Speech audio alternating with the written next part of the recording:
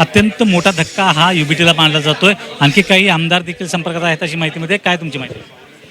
सन्मान्य आमचे मुख्य नेते एकनाथ शिंदे साहेब हे लोकप्रिय नेते आहेत आणि त्यांनी याच्या पूर्वीसुद्धा सांगितलं होतं.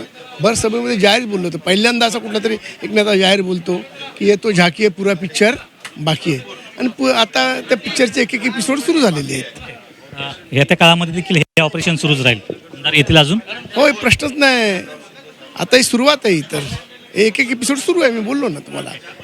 कारण सचिन अय्यर हे आदित्य ठाकरे यांचे एक जवळचे नेते मानले जात होते. अगदी सहकारी, विश्वासू सहकारी मानले जात होते, निष्ठावंत मानले जात होते. परंतु त्यांनीच पक्षप्रवेश केल्यामुळे एक आदित्य ठाकरेंना विधानसभेसाठी देखील मोठा धक्का मानला जाईल. कारण वरळी विधानसभेमध्ये त्यांना मोठा प्रतिस्पर्धी मिळालेला आहे. परिस्थितीवर असतं अवलंबून. आज परिस्थिती कशी आहे, उद्या परिस्थिती कशी आहे, त्याच्यावर अजून निवडणुकीला बराच वेळ आहे. 5 वर्ष 4 वर्ष निवडणुकीला बाकी आहे. म्हणजे आत्ता त्याचं वक्तव्य करणं योग्य नाही. एवढे आमदार खासदार सोडून जात आहेत, काय कारण वाटतं? तुम्ही गेला त्यानंतर परत देखील तीच पुनरावृत्ती होताना पाहते. त्याचं आत्मपरीक्षण त्यांनी केलं पाहिजे. आम्ही बोलण्यापेक्षा आम्ही लहान आहोत, त्यांनी त्यांचं आत्मपरीक्षण करावं असं माझी विनंती आहे.